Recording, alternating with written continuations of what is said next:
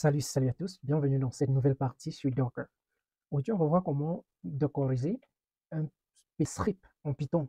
Vous pouvez le faire dans n'importe quel autre langage, donc juste écrire dans votre langage et suivre la même chose. Moi, principalement, je vais utiliser Python. Donc, vous pouvez écrire votre script, soit en Java, soit en JavaScript, n'importe quoi, ça va être la même chose. Maintenant, donc, on va créer une image et on va exécuter cette image en créant des conteneurs. D'accord? Donc, ce que je vais faire, c'est de créer un dossier. Donc, je vais dire mkd, je vais créer un dossier que je vais appeler Docker. Ok, je vais entrer dans ce dossier. Maintenant, je vais créer mon script Python. Ok, donc là, je vais créer un fichier, Tosh. Je vais appeler ce fichier app.py, ou bien script, disons comme ça, script.py. Donc là, vous créez pour vous, je sais pas, .js, c'est pas trop. Donc, je vais écrire du code dans ce script. Bon, je vais utiliser l'éditeur Vim. Donc, vous pouvez utiliser VS Code pour écrire n'importe. Donc, utilisez l'éditeur dont vous êtes confortable, ok, avec. Donc, script. Donc, ici, qu'est-ce qu'on va dire par exemple? Print. Je vais dire par exemple, print. Bonjour tout le monde. Ici, Donald, programmeur. Abonne-toi. Abonne-toi et like. Voilà, voilà un script Python que j'écris. Donc, un script que tout ce que ça fait un print bonjour tout le monde, c'est tout. C'est tout ce que ce script fait. Donc, là, je vais enregistrer le code. OK. Donc, on a notre script Python. Donc, on peut exécuter en faisant quoi? Python script. Bon, je vais utiliser donc Python 3. Apparemment, Python n'est pas sur cette machine. Donc, on va voir quand j'exécute mon script, j'ai bonjour tout le monde, ici Donald programmeur. Abonne-toi. Maintenant, comment dockeriser ce script? OK? Donc, on va créer dans le fichier Dockerfile. Et dans ce fichier, on va mettre un petit script de code qui va nous permettre de dockeriser cela. Déjà, comme j'utilise Python, on va aller sur le web, sur Docker Hub, ici. Il y a les différentes images de Python qui ont été déployées. C'est dit par exemple Python Alpine. OK, on voit qu'il y a plusieurs images de Python là. Donc voici Python. Donc si je clique dessus, c'est la version Alpine, très légère. OK, il y a plusieurs autres versions. Donc je préfère prendre une version très simple, n'est-ce pas? Donc de même, si vous travaillez sur n'importe quel, avec n'importe quel langage de programmation, son image existe. Pardon. OK. Donc ici, on va créer un fichier qu'on va appeler Dockerfile.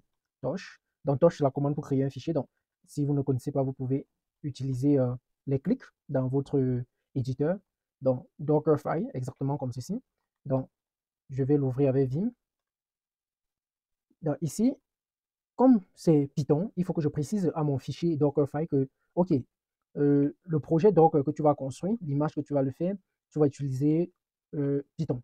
Donc là, je vais donc dire, je clique sur Insert, OK, from Python, Alpine.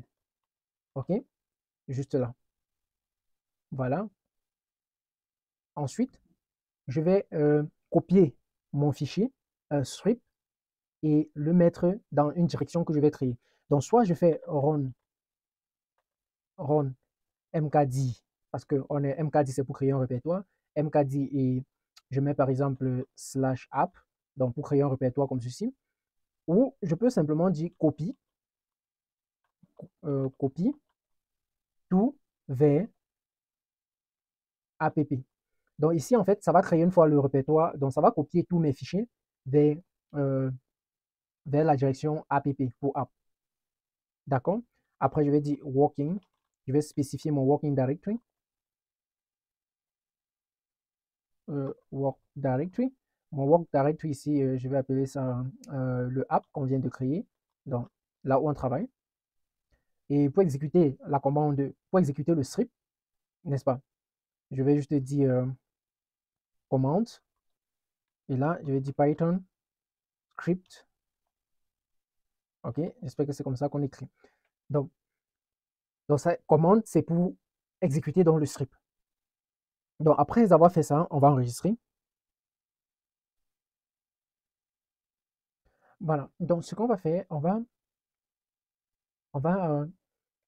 donc construire l'image de ceci, n'est-ce pas?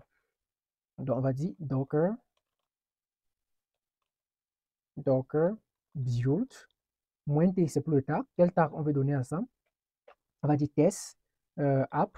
OK, appelons ça test app. Et préciser le chemin où se trouve le Dockerfile. Comme on est dans la même racine, on va dire juste point. Donc, ce que vous êtes en train de voir là, c'est le Docker qui est en train de construire donc cette image. Donc, ça télécharge, par exemple, ce qu'il faut, tel que Python.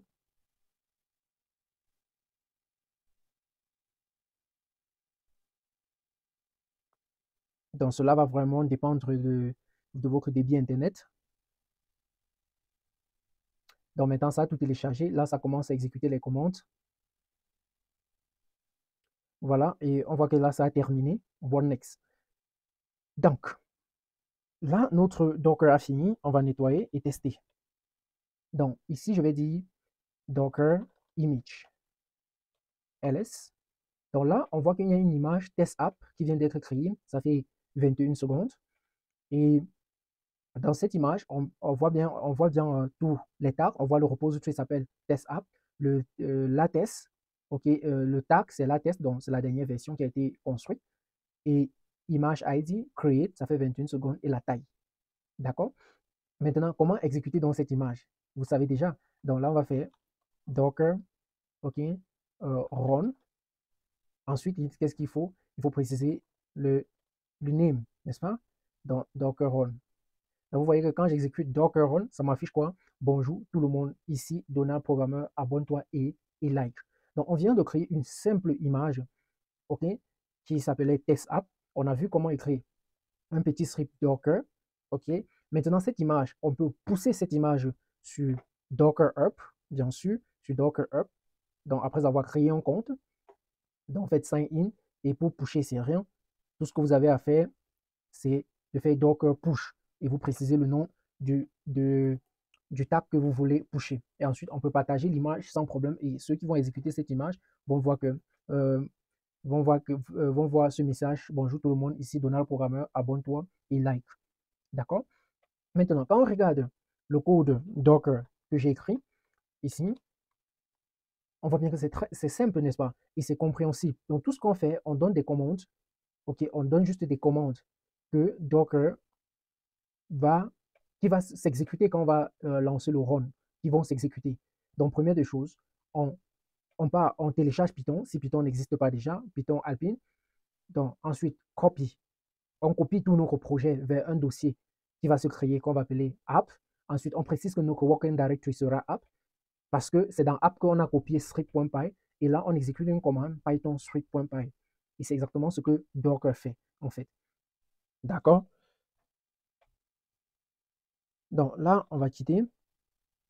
J'espère vraiment que vous commencez à comprendre comment fonctionne Docker. Parce que là, présentement, si je réexécute mon Docker comme ceci, tout ce qui a été téléchargé au préalable ne sera plus téléchargé. Pourquoi? Parce que ça a été fait. OK?